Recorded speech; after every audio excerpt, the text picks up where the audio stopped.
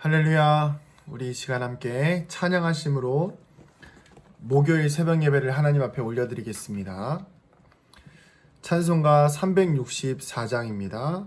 찬송가 364장 1절과 4절 찬양하시겠습니다. 내 기도하는 그 시간 그때가 가장 즐겁다. 이 세상 근심 걱정에 얽매인 나를 부르사 내 진정 소원 주 앞에 낱낱이 바로 아뢰어 큰 불행 당해 슬플 때 나 위로 받게 하시네. 내 기도하는 그 시간 그때가 가장 즐겁다. 주 세상에서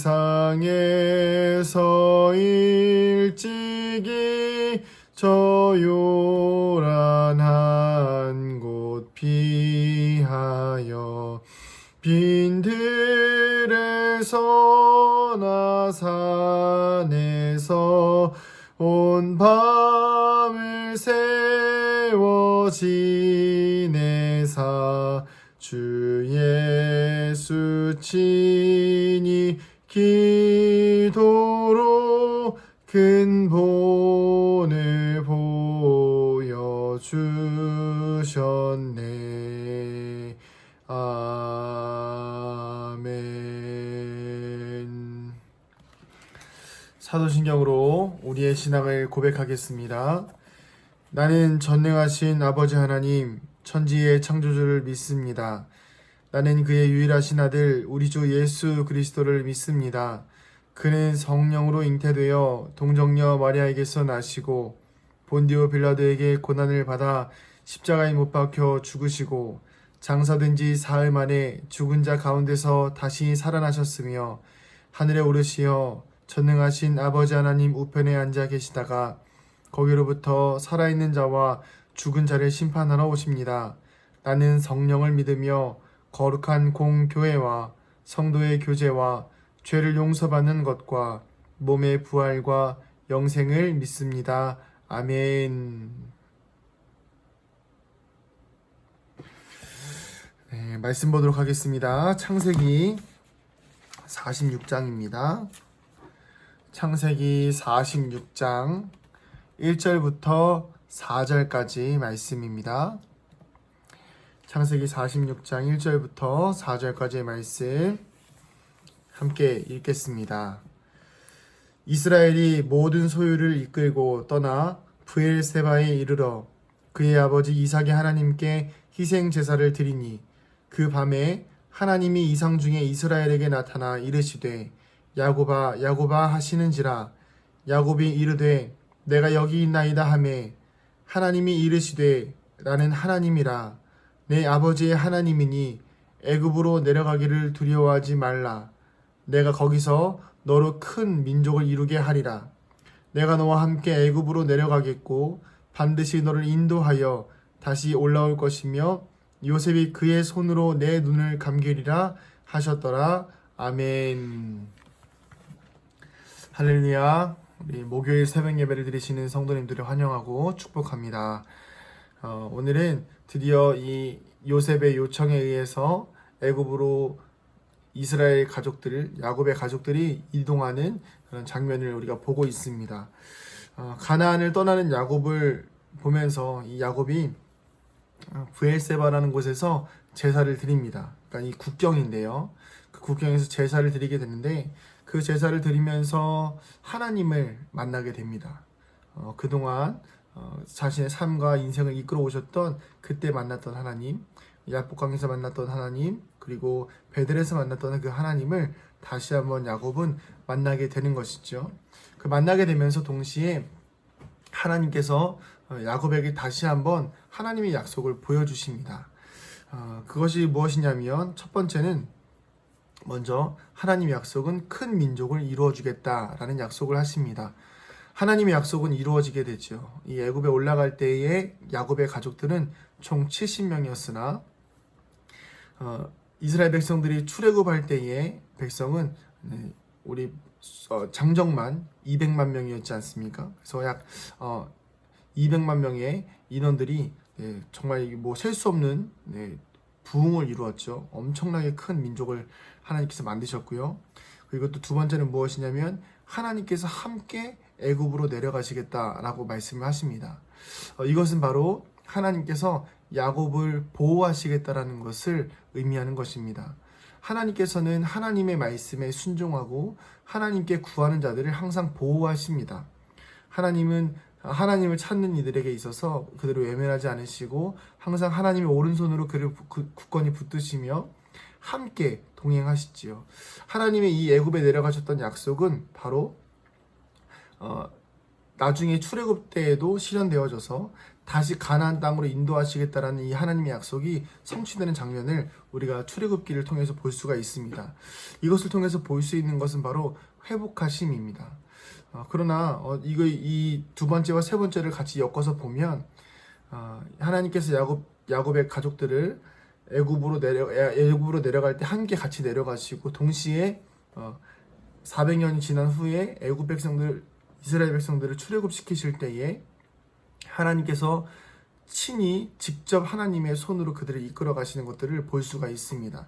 눈에 보이는 구름 기둥과 불 기둥으로 또 보이지 않는 여러 가지의 삶의 영역들 속에서 하나님께서 이스라엘 백성들을 회복시키시는 것을 볼 수가 있습니다. 그리고 마지막 네 번째 약속은 바로 자신이 그토록 사랑했던 자녀인 요셉의 품에서 눈을 감게 될 것이라는 하나님의 약속입니다. 이것은 정말 하나님의 어찌 보면 굉장히 섬세한 약속이 아닐까 싶습니다. 보통 우리는 큰 약속들만 보기가 쉬운데 하나님께서 얼마나 섬세하셨는지 그토록 사랑하던 자녀의 품에서 눈을 감을 수 있도록 하나님께서 세심하게 배려해 주시고 챙겨 주시는 것을 우리는 볼 수가 있습니다. 이렇게 하나님께서 야곱을 만나시고 야곱에게 네 가지 축복과 약속을 허락하시는 장면들을 우리가 보게 되는데요. 오늘 우리가 주목해야 될 부분은 바로 이 하나님께서 야곱에게 이런 약속을 허락하시는 바로 그 장면입니다. 그 장면이 어디냐면 바로 브엘세바에서 제사를 드릴 때, 즉 브엘세바에서 정말 하나님의 뜻대로 애굽으로 내려가도 되는지 안 되는지를 확인하기 위한 제사를 드리는 자리에서 하나님께서는 야곱에게 약속을 하신 것입니다. 야곱의 인생을 보면 크게 한 두 번에서 세 번 정도의 변곡점이 있죠. 형 에서를 피해서 도망갈 때, 또 다시 그 삼촌 라반의 집에서 다시 돌아올 때, 그리고 오늘 이렇게 애굽에서 떠날 때, 이렇게 세 번의 큰 변곡점이 있는데, 근데 그때마다 야곱은 분명하게 하나님을 만나고 하나님의 약속을 경험합니다. 야곱이 하나님 앞에 단독적으로 대면한 사건이 그 세 번의 변곡점마다 하나씩 있는데요. 먼저 형 에서를 피해서 하란으로 갈 때에 사닥다리에서 천사가 왔다 갔다 하고 있고, 돌베개를 비고 잘 때에 그곳에서 하나님을 만나게 되죠. 그러면서 그때에는 야곱이 하나님의 존재를 인식하게 됩니다. 내가 과연 하나님이 여기 계시거늘 내가 하나님을 알지 못하였도다. 그러면서 베델이라는 곳으로 그 하나님의 집으로 이름을 짓습니다. 그곳에서도 하나님을 만나게 되고요. 또한 다시 삼촌 라반의 집에서 이제 분가해서 다시 하란으로 돌아올 때에 야복 강가에서 하나님과 씨름하게 되죠. 천사와 씨름하게 되는데, 그때에는 정말 이 하나님께서 자신을 살려주시지 않으면, 자신에게 복을 내려주시지 않으면 정말 자기는 죽을 수밖에 없다라는 그런 간절한 마음으로 하나님을 붙듭니다. 그때에 하나님께서 야곱에게 축복을 내려주시죠. 이스라엘이라는 축복, 하나님과 겨루어 이기었다라는 정말 귀한 은혜를 허락하십니다. 그리고 오늘 나오는 브엘세바, 정말 이제는 사실은 그때 당시에 아브라함도 마찬가지지만 이렇게 동네를 옮겨가면서 산다는 것은 동네를 이주하면서 산다는 것은 굉장히 위험 빈도가 큰 일입니다. 그렇기 때문에 야곱은 굉장히 신중하였고 조심스러웠는데 그 가운데에서도 야곱은 분명히 그 길에 대한 물음을 자신에게 하지 않았고 성공한 내 요셉에게 두지 않았고 바로 하나님께 두었습니다. 그래서 야곱은 하나님께 제사를 드리며 하나님께서 이 길을 인도하시는 길인지 아닌지를 하나님께 물었던 것입니다. 하나님의 뜻은 하나님 앞에 우리가 단독자로 설 때에 알 수 있는 것입니다. 우리가 점괘를 친다고 해서, 우리가 좋은 직장을 다닌다고 해서, 아니면 우리가 지식적으로 공부를 많이 한다고 해서, 아니면 뭐 여러 가지 방법들을 동원해서 하나님의 뜻을 알려고 하겠지만 가장 중요한 것은 무엇이냐면 내가 야곱이 하나님과 1대1로 만나서 하나님께 말씀을 들었듯이 결국에는 내가 하나님 앞에 하나님의 말씀을 듣기 위한 단독자로 서야 한다는 것입니다. 우리가 수많은 사람들이 모여서 기도하지만 그 기도가 수많은 사람들이 하는 기도이지만 그 기도 속에는 각각의 개개인이 하나님 앞에 1대1로 만나는 거룩한 은혜의 시간이 있지 않습니까?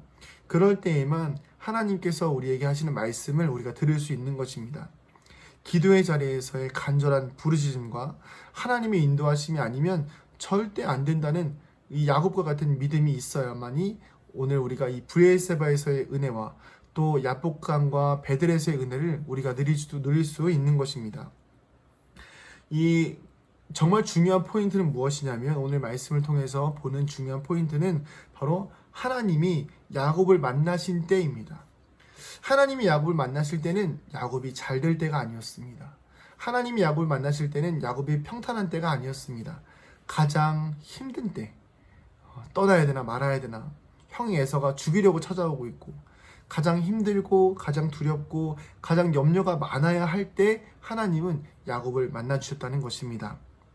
그리고 하나님께서 그 야곱을 찾아오셔서 야곱에게 길을 보여주셨다는 것이죠. 사랑하는 성도님들, 어려운 시기일수록 우리는 더 하나님을 붙들어야 합니다. 하나님만이 우리의 소망이 되시고 하나님만이 우리의 길이 되십니다. 하나님께서 가라고 하시면 가는 것이고 하나님께서 멈추라고 하시면 멈추는 것이 바로 이 야곱의 신앙인 것이죠. 그러기 위해선 우리가 단독자로 하나님 앞에 서야 하는 것입니다. 더 중요한 것은 무엇이냐면 이렇게 하나님께서 야곱을 만나 주셨고 야곱에게 하나님의 약속을 보여주셨을 때에 야곱은 하나님의 약속을 의심하지 않았다는 것입니다. 왜 그럴까요? 야곱은 그 자신의 다음의 행보들을 전부 다 하나님의 약속대로 이행해 나가는 것을 볼 수가 있습니다. 만약에 야곱이 정말 애굽으로 내려가는 것이 두려웠다고 한다면 갔다가 기근이 끝나고 나서 다시 올라왔겠죠. 그러나 그것이 아닙니다. 그곳에서 생을 마감합니다. 왜 그랬을까요? 하나님의 인도하심이 있을 때까지 야곱은 그곳에서 살았다는 것이죠. 요셉도 마찬가지고요.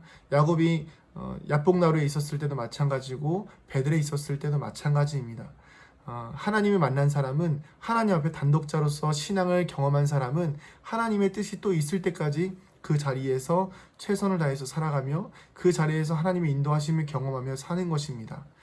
사랑하는 성도님들, 오늘 하루 살아가시면서 이 야곱과 같은 하나님의 은혜를 누리시게 되기를 간절히 축복합니다.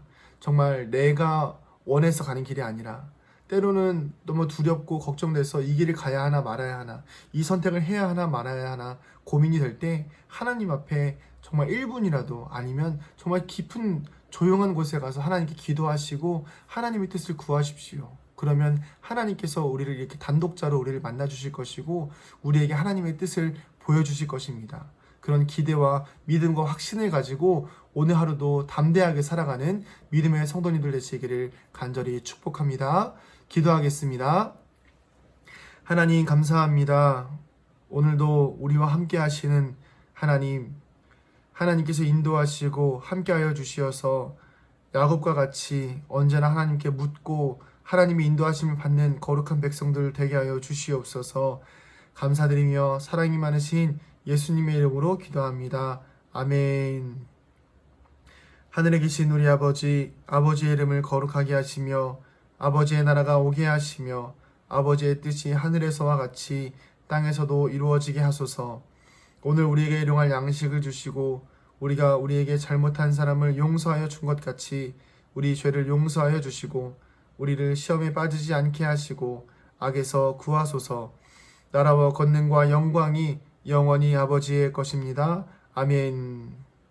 이 시간 같이 기도하며 나아가실 때에 하나님, 우리의 삶 가운데 하나님의 은혜가 날마다 함께하게 하여 주시옵소서. 하나님, 나의 앞길을 하나님께 먼저 묻고 걸어가는 믿음의 삶 살게 하여 주시옵소서. 우리 주님의 이름만 한번 부르고 같이 기도합니다. 주여